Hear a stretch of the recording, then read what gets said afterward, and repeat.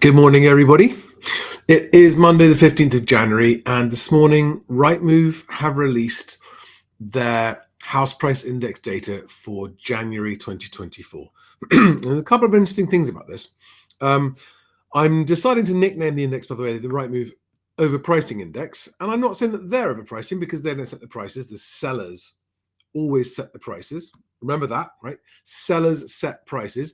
Agents advise on price and recommend on price and provide valuations, but sellers set the prices based on their expectations of what they want and what they think they might be get, and also what agents tell them.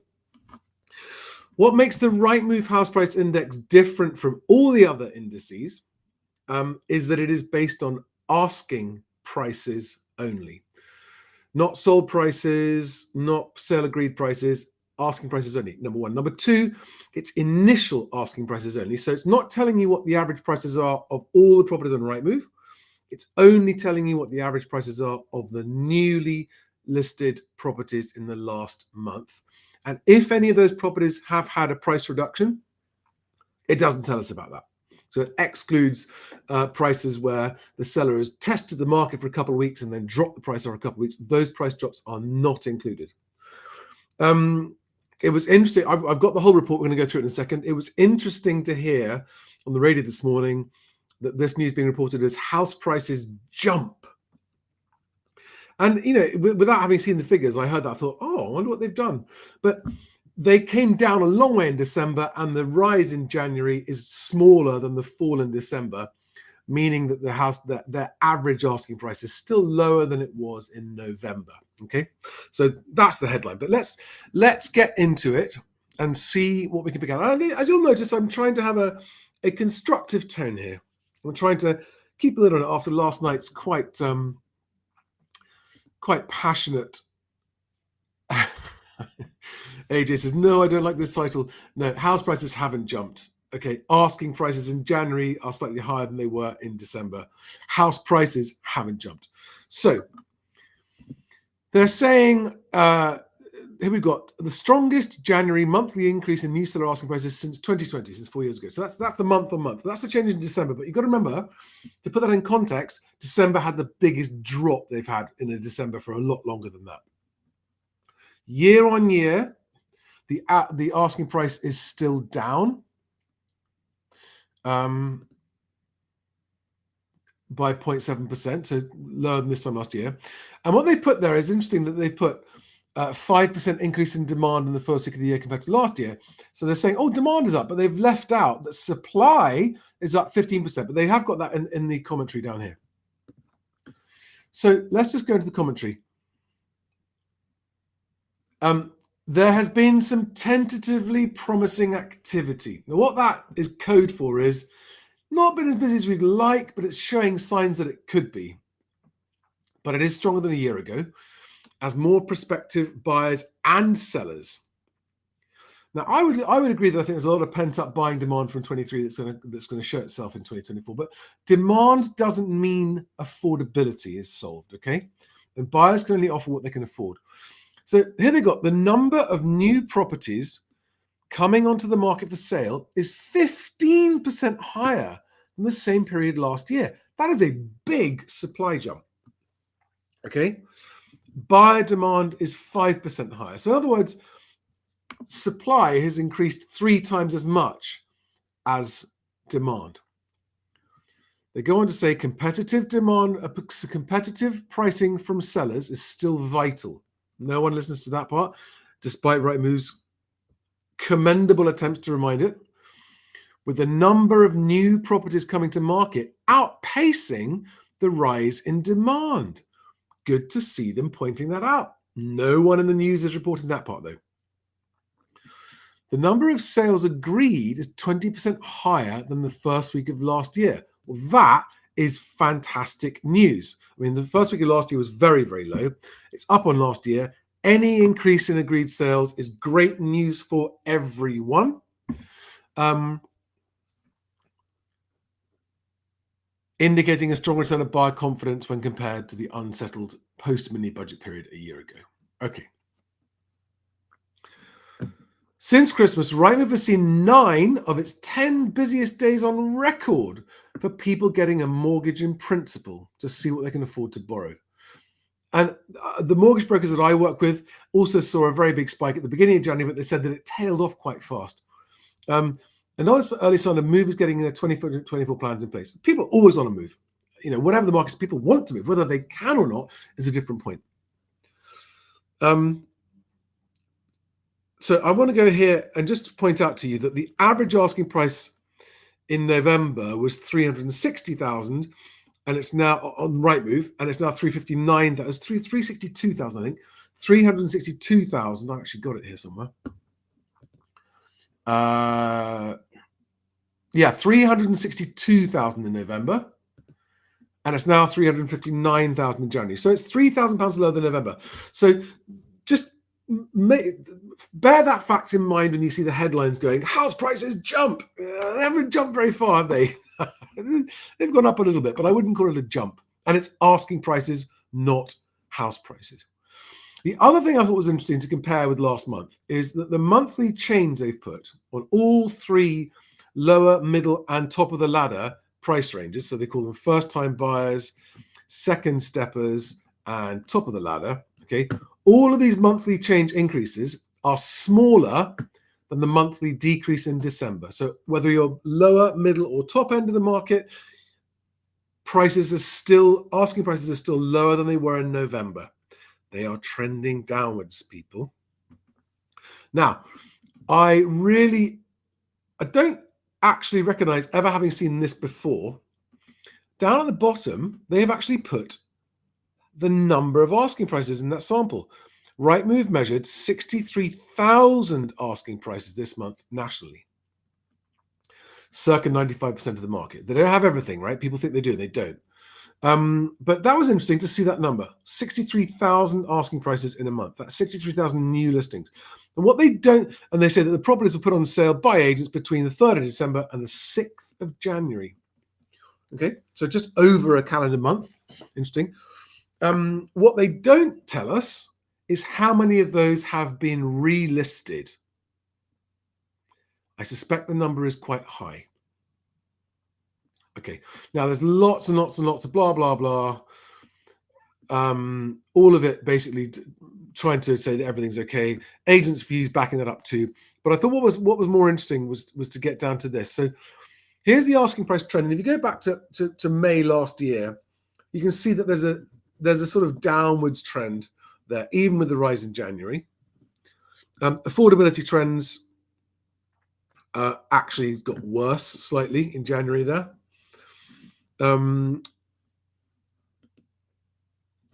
Price and activity trends. So this is the 5-year asking price trend. And you can see there as well, that since May last year, it's been trending downwards, right? Trending downwards, guys. Look at the long trend, not the month on month, if you want to know what's happening. Okay, so when you see reports saying house prices are rising, and then you see that even Rightmove, who publishes the highest prices of all, showing the trend going downwards, then you can draw your own conclusion.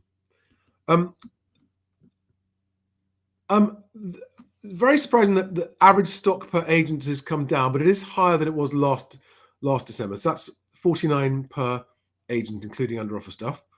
Hopefully there'll be more of that coming on. And they said that in January there's been a record number of new properties added. That's cool so far. This is worrying and bad news for everyone, whether you are a buyer or a seller or an agent.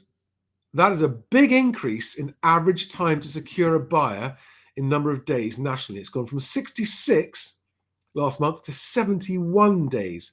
That's a jump of 5 days in how long it's taking. Now, guys, if you're a seller and that's the average time, okay, there's no one who's taking 71 days, but there are going to be people who are taking much longer than that and people who are taking less than that because they're pricing sensibly, okay?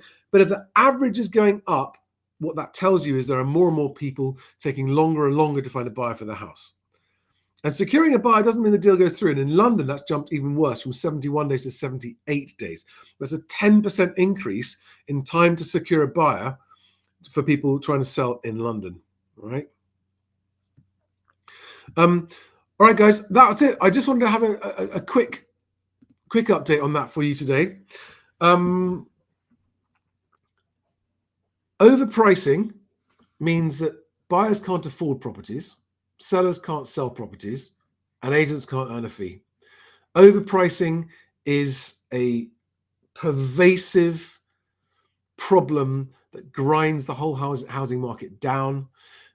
So just if you are a seller, understand that you will be completely convinced by house price indices and agents and Rightmove prices and media reporting that house prices aren't falling, but look for yourself and you can see that they are. But anyway, your asking price, the higher your asking price, the lower the level of interest.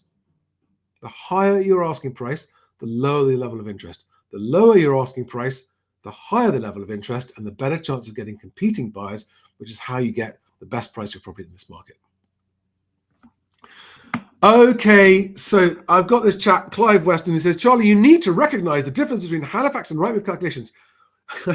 Clive, I can assure you that I'm well aware of the difference. I still think it's worth knowing that that Rightmove is reporting asking prices and the sheer massive size between the 360,000 asking price average house price, because that's what they call it, right? An average house price. A Rightmove average house price is 360,000. At Halifax, average house price is 280 something thousand. I'm trying to highlight the overpricing that happens. All right. That's the point of saying that. I am fully aware, and if you don't know how long you've been watching my channel, but I've always pointed out that the lender indices are for agreed prices, not completed. They don't always complete. Sometimes they get renegotiated as well, and they exclude cash prices. But it's really, really important to understand. I'm trying to raise awareness of the overpricing problem. All right.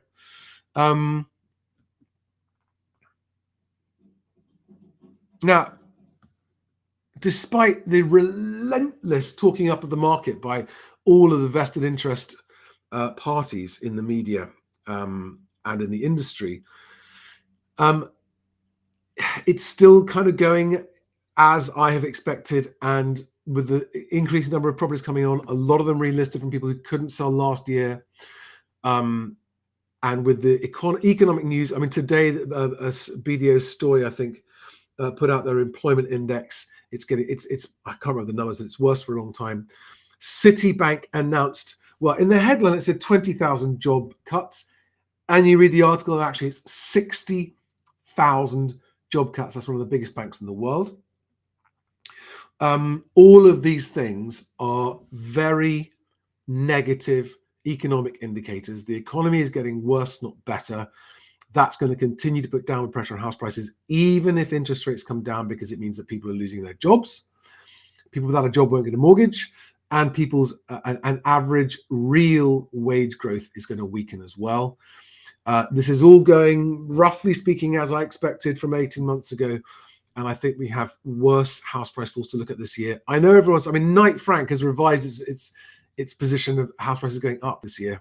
They're all over the place. Otherwise, they don't know what's happening. But just looking for any other quick. Yeah, Matt says sellers are still in fantasy land, but I agree with you that they are, but there are two groups of sellers. The ones that will sell if they get the price they want, otherwise they'll stay put. Well, in my mind, those are just the seller equivalent of a tire kicker. And then there are sellers who need to move, and they ask lots of agents, and all the agents are overpricing, and so they think, well, that's reasonable. If they all agree, then that must be the price it's worth. And then they can't understand why they can't sell the house. Those guys aren't fantasy land. I think they've been misadvised and misguided and misled. And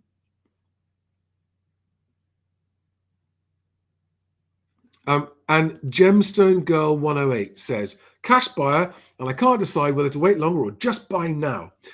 Always buy now. If you want a home, you need a home, you have the money to afford a home, and you found one that you can afford. Always buy now. Okay? The only reason you wouldn't buy now in that scenario is if you're only doing it for investment purposes. And if you're only doing a cash purchase for investment purposes, expecting the house prices to go up, no, I wouldn't buy now.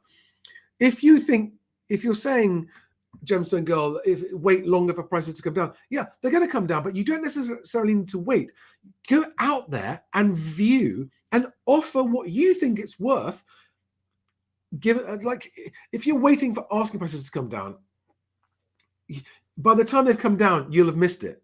And if you want a home in the meantime, so I mean, if you're not comfortable where you are now and you want a home urgently, be out, be viewing, find something you like, and offer what you are comfortable offering in this market. There's no point in waiting if you need a home. Just don't overpay. But if your question is, do I think house prices overall are going to come down? Yes, I do think they're going to come down considerably further. I think there's going to be more and more choice, better and better prices. But that doesn't mean you shouldn't be out viewing, because you don't. It doesn't matter what the whole market does. You only need to find one house you like with a motivated seller. Bingo, you've got one, and you got it sooner than otherwise. So I would never advocate anybody to wait if you need and want a home and can afford it, provided you don't overpay.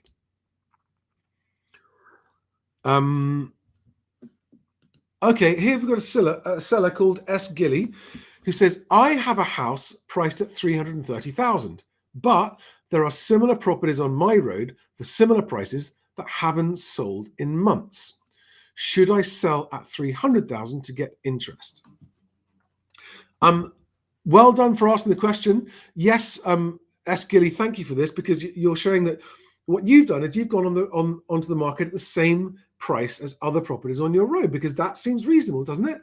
Well, not if none of those are selling. And yes, if you price it quite aggressively below the others, the people who do want to buy a house on that road are all going to come to yours. They're going to compete because they realize that yours will be the best value, and they will compete, and you'll find out the best price the market's going to pay you for your home in this market. So yes, I would first of all, I would change agent, because if the agent advised you, unless you insisted on the price, if you insisted on this price against the agent's advice, don't change agent, because they don't deserve to lose your business. However, if you went on the market at this price because the agent convinced you that they could get that price and they have failed you and left you sitting there, they don't deserve your business. You should go to another agent. You should go to an agent and ask them for the advice on exactly what the right price is to get the interest and get competing buyers. Thank you very much for that comment. It's very, very helpful when sellers do that.